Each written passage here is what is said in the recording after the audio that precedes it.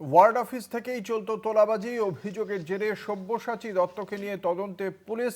তোলাবাজি মামলায় ধৃত সব্যসাচী দত্তকে নিয়ে 31 নম্বর ওয়ার্ড কার্যালয়ে পুলিশের তল্লাশি। ফোনে রয়েছেন আমাদের প্রতিনিধি শাকিল মুস্তাক। শাকিল, কি কি অভিযোগ রয়েছে? এবং গত কয়েকদিন আগে সব্যসাচী দত্ত বিধাননগর পৌর নিগমের কাউন্সিলর।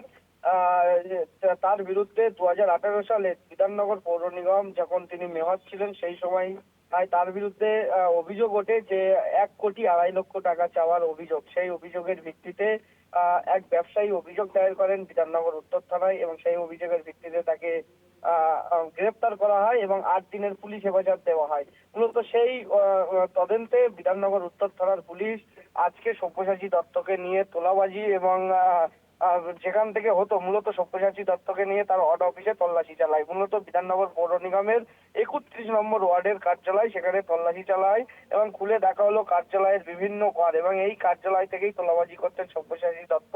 এমনটাই কিন্তু অভিযোগ তুলছে স্থানীয়দের একাংশ এবং কার্যালয়ের ভিতরে সব্যসাচীকে নিয়ে ইতিমধ্যে তল্লাশি চালাচ্ছে বিধাননগর উত্তর থানার পুলিশ এবং বাইরে স্থানীয়দের বিক্ষোভ।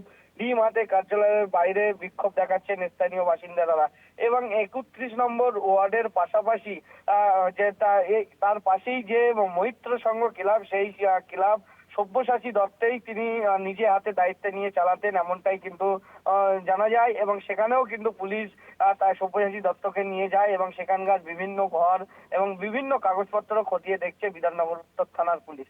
ধন্যবাদ। আমাদের সঙ্গে ছিলেন আমাদের প্রতিনিধি শাকিল মুস্তাক।